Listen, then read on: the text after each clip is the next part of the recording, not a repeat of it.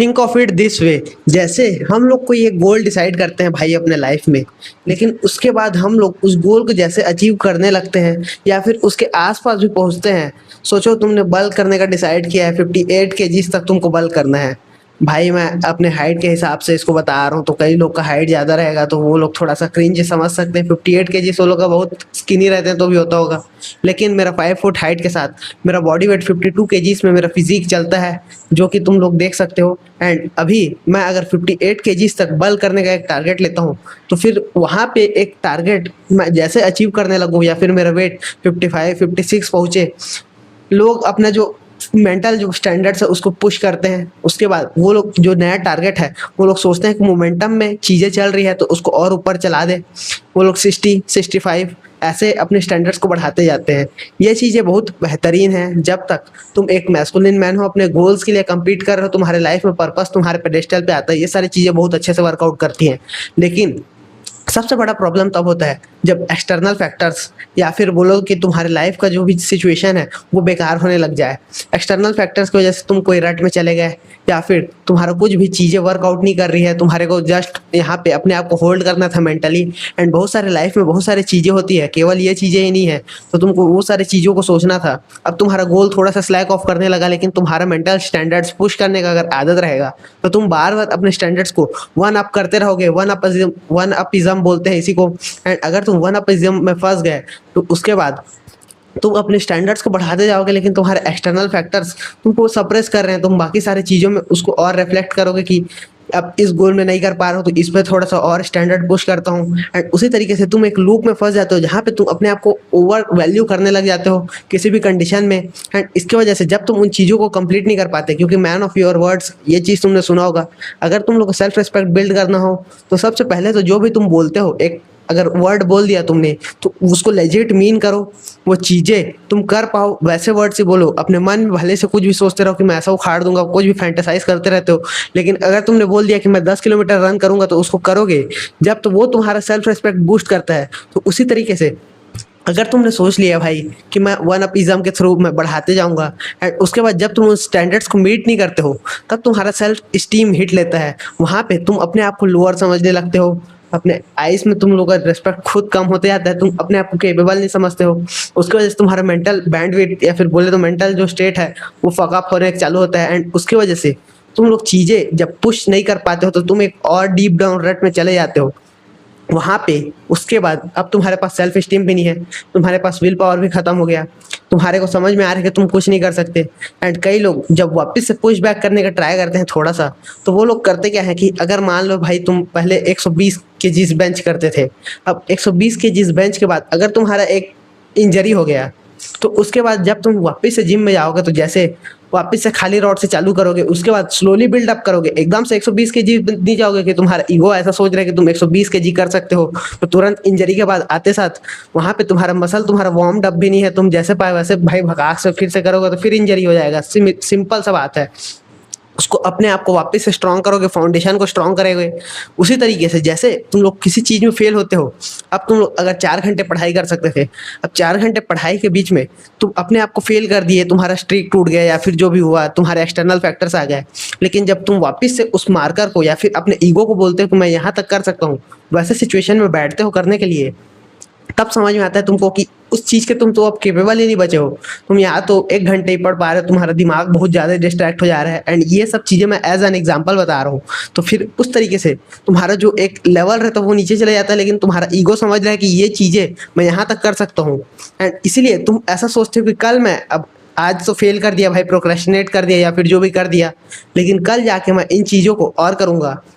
क्योंकि प्रोक्रेस्टिनेशन भी इसी वजह से ही होता है। तुमको कुछ इमोशन फील होता है, तुमको डर लगता है कुछ एक बहुत बड़ा बैकलॉग देख के, पाइल अप देख के, कुछ तुम्हारे पास बहुत ज़्यादा ही वर्क है, फियर आता है, एंजाइटी आता है। वो सब चीज़ों से ही तुम्हारा बॉडी तुमको प्रोटेक्ट करने के लिए, वो नेगेटिव इमोशंस फील ना करने के लिए बॉडी प्रोक्रेस्टिनेट कराता है।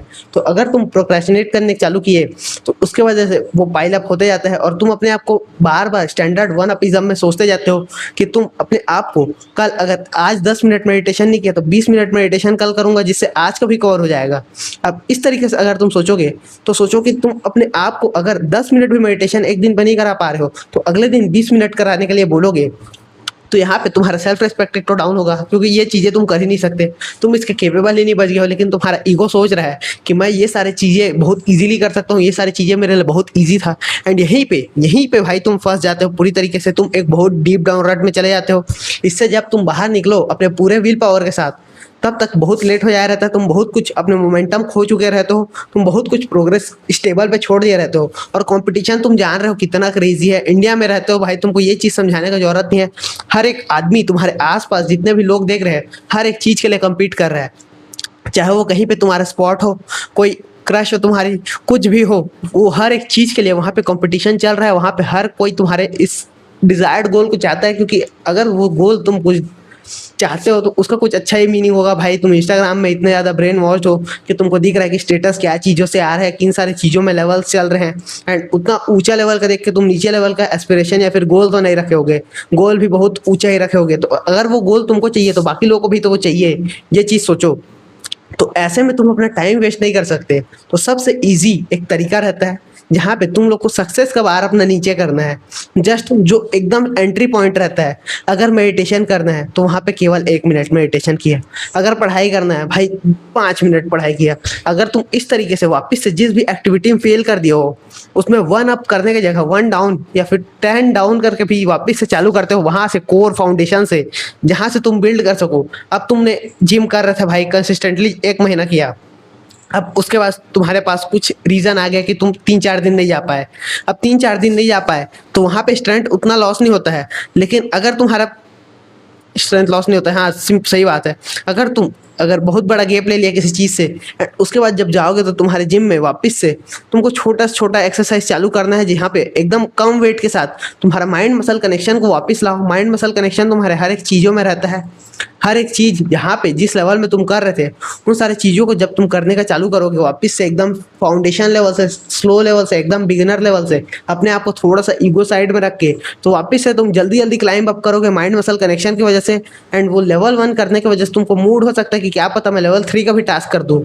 लेकिन अगर तुम डायरेक्टली लेवल 10 करने का ट्राई करते, या फिर 10 तुम्हारा लेवल था लेकिन आज नहीं कर पाए इसलिए कल लेवल 20 करने का ट्राई करते, तो तुम वहाँ पे फक्ड अप ही हो जाते।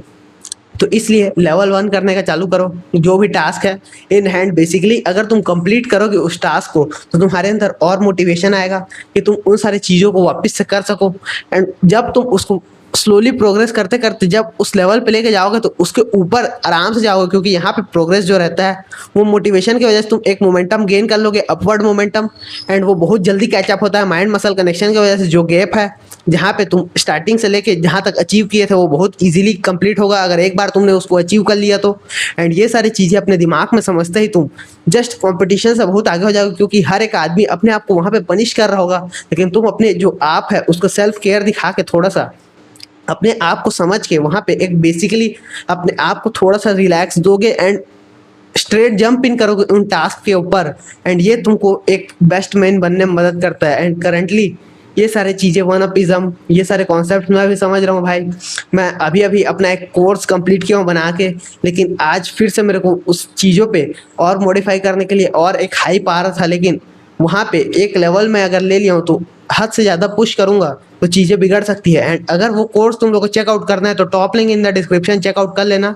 मिलते हैं अगले वीडियो में, तब तक के लिए गुड बाय।